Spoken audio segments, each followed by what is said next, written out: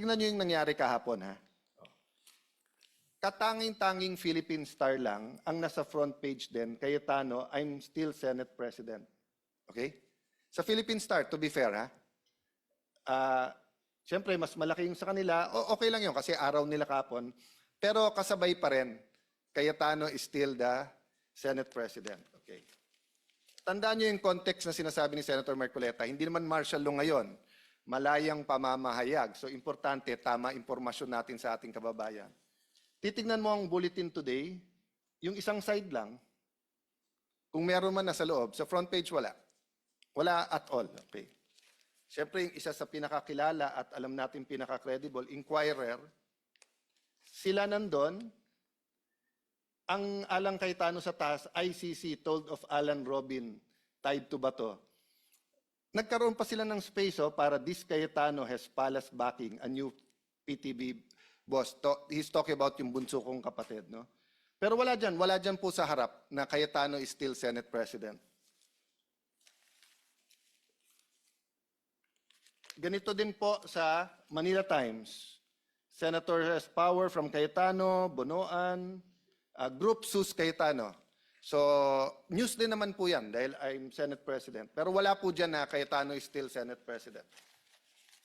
Tribune, ganun din po. Complaints mount against Cayetano, Senate coup, pero nothing about Cayetano is still Senate President. No? Manila Standard, obstruction of justice filed versus Alan Robin Aplasca.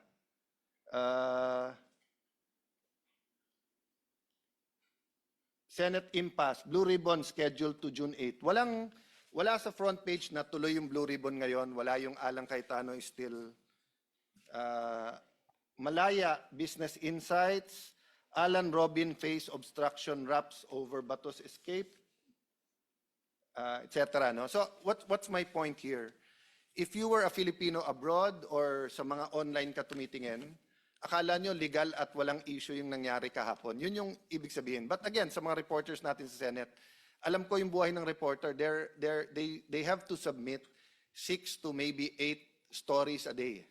Yung editor at yung naglalatag. Di ba?